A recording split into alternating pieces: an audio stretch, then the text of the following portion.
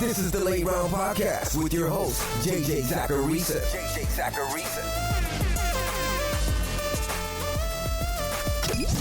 What's up, everyone? It's JJ Zacharisa, and this is episode 724 of the Late Round Fantasy Football Podcast, sponsored by FanDuel. Thanks for tuning in. As a reminder, this 15 transactions episode, it's going to shift focus to being much more of an ad drop show through the end of the fantasy season. I'll still have some buys and sells, but those buys and sells are more about how much confidence you should have in a particular player. I know that you can't trade because trade deadlines have passed, so keep that all in mind as you listen today. Now, before getting into the transactions, I want to remind you that FanDuel and Visa are coming together to make sure the excitement surrounding Monday night is at an all-time high. Introducing Monday Night Perfect Picks, presented by Visa, a free-to-play contest on FanDuel that gives you a chance to win a share of $10,000 in cash prizes, courtesy of Visa. Here's how it works. You'll be presented with 10 questions centered around on-field action for Monday night's NFL game. Fans who answer the most questions correctly will win their share of the $10,000 prize pool. It's that easy.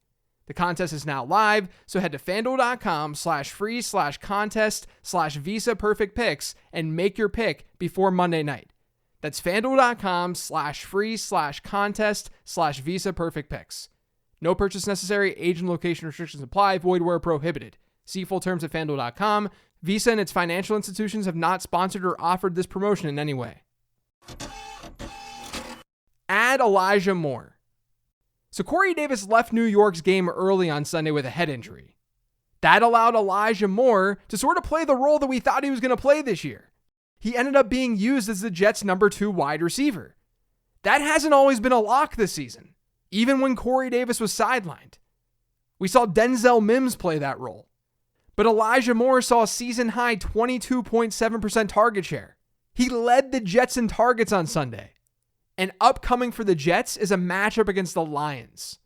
If Corey Davis can't go, Elijah Moore will be a very solid option against that defense. So go ahead and grab him this week. Add Mike White. So sticking with the Jets, I think that Mike White works too. I talked about him last week on the mailbag episode and how his schedule in the playoffs looks really nice. That starts this week.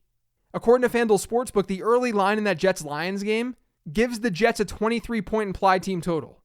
And all the while, the Lions are the best matchup for quarterbacks in adjusted fantasy points allowed. But then after the Lions, he still has pretty good matchups. They get the Jags next week. That's another top 10 matchup. And then they close the season against the Seahawks. That's a decent enough matchup. So he gets the Lions, the Jags, and the Seahawks. That's a pretty good week 15 through 17 schedule. So if you need a quarterback, streamer, Mike White is your guy. Sell DJ Chark. So I was really into DJ Chark last week. Maybe that's a humble brag because he had a good game, but you guys can go back and listen to the show and you can hear that. He was an ad on the 15 transactions episode, and I talked about him on the Sleeper show. And I'm prefacing with that because now I'm saying to sell him. And the reason I'm saying that is because I don't think he's going to maintain what he's been doing. He's been a top 24 wide receiver in back-to-back games. He scored 36 PPR points over his last 2. So your expectations of DJ Chark, even from last week, they might have changed. Now, he does have big playability, but like I said, I'm not that optimistic that this continues. Number 1, rookie Jameson Williams is slowly coming back from his injury. In week 14, he had a 19% snap share. That might not sound that good, but in week 13, that snap share was 10%. So it basically doubled week over week. I think we should assume that that keeps moving up and up and up, especially because the Lions are competitive. And as that moves up, that's going to hurt other wide receivers on that team, probably aside from Amon-Ra St. Brown. And if we're being honest, Detroit's wide receiver schedule is not very good.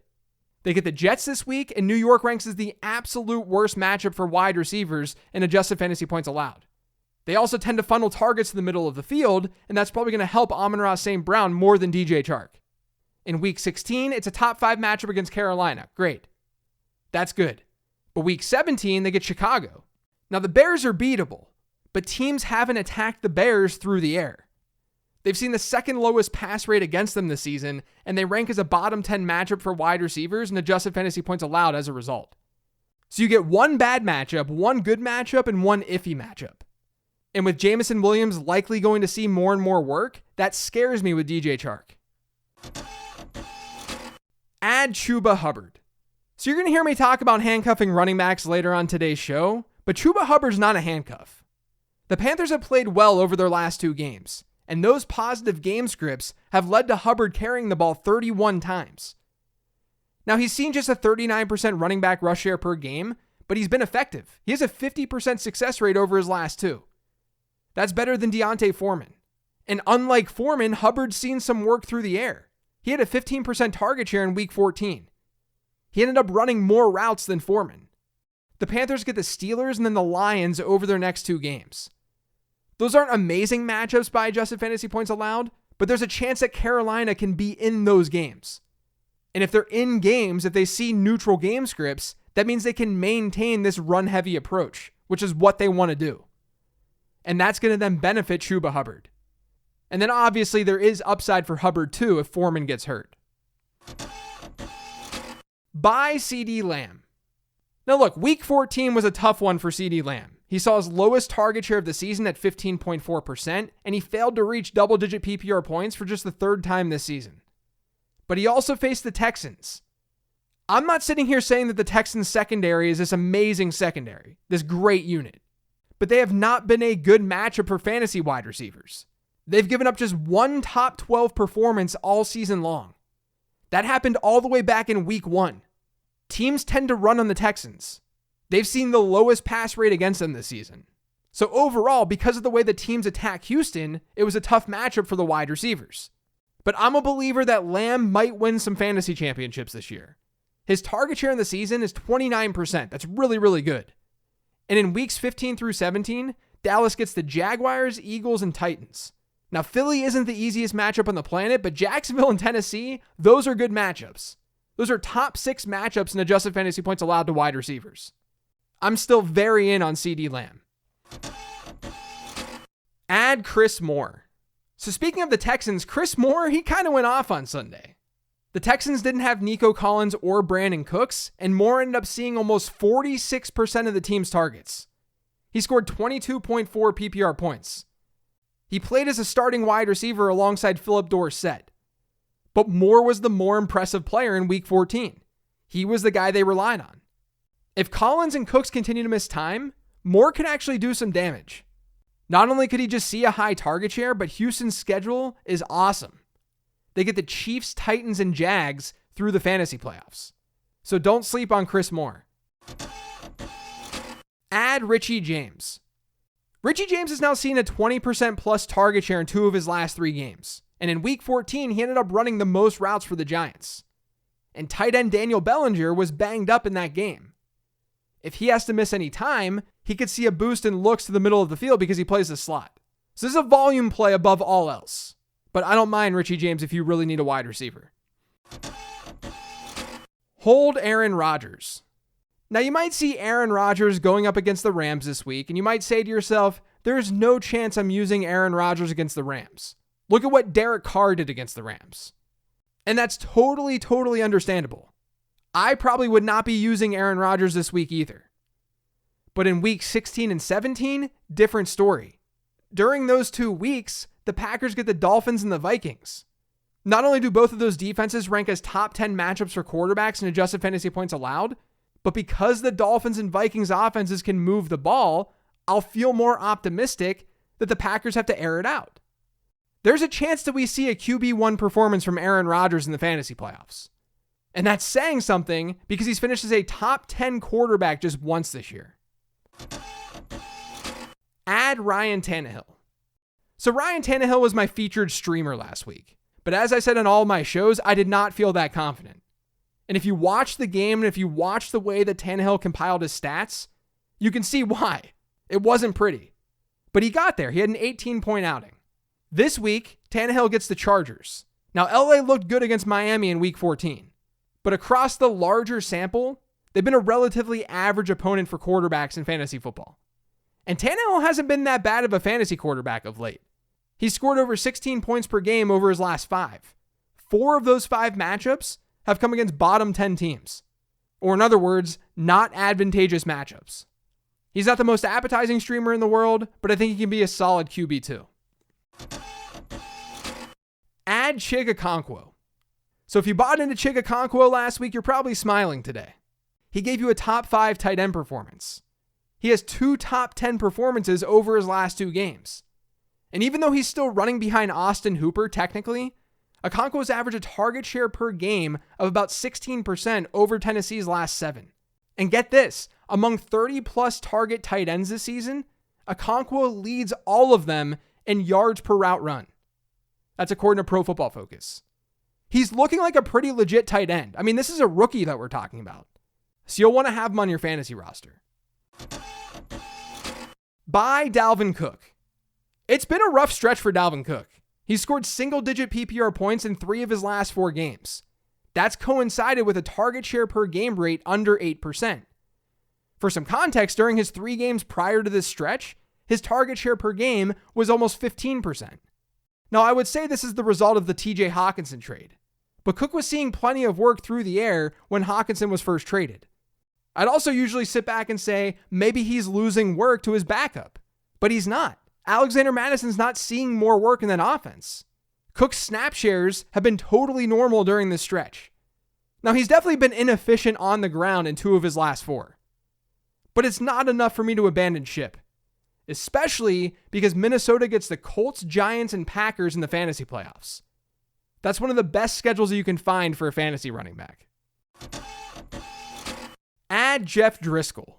So this is probably going to be the strangest transaction of the entire season. And you're probably very confused when you heard Jeff Driscoll's name. So let's dig in. On Sunday, the Texans used a platoon at quarterback. They had a quarterback by committee. According to Next Gen Stats, Davis Mills and Jeff Driscoll, they played the exact same number of snaps.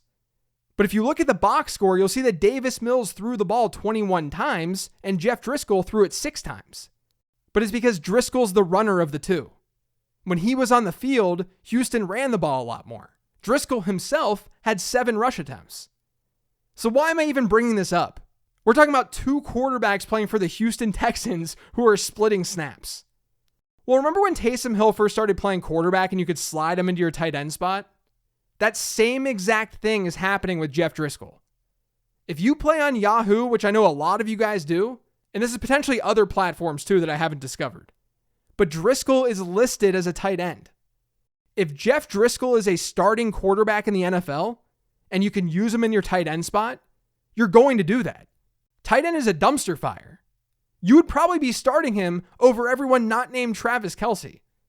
There's a chance this does absolutely nothing, but if you play on Yahoo and maybe some of the other platforms, he's worth an ad. Add Jaylen Warren. So earlier when talking about Chuba Hubbard, I mentioned handcuffing. And if you're not handcuffing this time of year, you got to do it. We may see some breakout players down the stretch and in the fantasy playoffs, but the highest upside players to have sitting on your bench right now are running back handcuffs. Jaylen Warren's just one that I want to shout out this week because of what he did in week 14. He played just 9 fewer snaps than Najee Harris this past week. Benny Snell played only 2 snaps. That resulted in an 18% running back rush share and almost a 10% target share for Jaylen Warren. If Najee Harris goes down, I would expect Jaylen Warren to be the guy. But make sure that you're looking for other handcuffs too. And also not just ones that are backing up running backs on your team. They can be handcuffs from any team. Add the Cleveland Browns defense. So at first I was going to talk about the Vikings playing the Colts this week. And then I figured maybe I'll talk about the Saints going up against Desmond Ridder. But then I realized we got to go with Cleveland here. Because Tyler Huntley is in concussion protocol. Lamar Jackson's hurt. With those 2 quarterbacks looking iffy for week 15, that would leave Baltimore with Anthony Brown at quarterback. And the Browns, their opponent, they're currently a 3-point home favorite in a game with a low 37.5 point over-under, according to FanDuel Sportsbook. Now, the Ravens likely would not throw the ball a lot, no matter who's under center. That limits turnovers, it limits sacks. It limits fantasy points to the opposing defense. But I think Cleveland is a very, very safe option. Add the Tennessee Titans defense. So this time of year, I try to give you guys some look-ahead defenses. Some options that are on the waiver wire right now, who you might not be able to play this week, but you might be able to play next week. And that's what we have with the Tennessee Titans. You're probably not going to play them against the Chargers this week. But in week 16, they get the Texans. The Texans are the top opponent for defenses when looking at adjusted fantasy points allowed. Add Damian Harris. So when the injury apocalypse happens during Monday Night Football, you guys get a 16th transaction. Ramondre Stevenson hurt his ankle. He tried to play on it. He was eventually ruled out of that game against Arizona. Because Damian Harris was also out, that led to a heavy dose of the rookie duo Kevin Harris and Pierre Strong. Now, I have no idea how long Ramondre Stevenson is going to be out. This is a very fresh injury. And I have no idea when Damian Harris is going to be back. He has a thigh injury. It sort of reminds me of where we were last week with Seattle. But clearly, if Stevenson isn't able to go in week 15, but Damian Harris is, then Harris becomes a viable option in fantasy. But if both players are out, then you should be looking for the rookie running backs, Kevin Harris and Pierre Strong, especially because New England has a beatable matchup against Vegas. Now, as for who you should prioritize between those two backs, that's a tough one. My prospect model really liked Kevin Harris because he was a solid all-around back with really good college production. But it also didn't mind Pierre Strong. Pierre Strong's top comparable in that model was Elijah Mitchell. He's got really, really good speed. Now, Harris ended up out-snapping Strong in that game against the Cardinals. The thing is, though, Strong was deployed as the receiving back. That's likely the role that he would play. And we know that in this offense, that's very, very valuable. So if you're in a PPR format, I might lean Pierre Strong. Regardless, you got to watch this situation. Someone from this backfield on the waiver wire could be relevant this week and moving forward. That's it for today's show, though. Thanks to all of you for listening. If you yet subscribed to the Late Round Fantasy Football Podcast, make sure you are by searching for it pretty much anywhere podcasts can be found. And don't forget to follow me on Twitter @LateRoundQB. Remember to check out lateround.com. Otherwise, thanks for listening, everyone. I'll talk to you tomorrow with the weekly 10 Trend Show.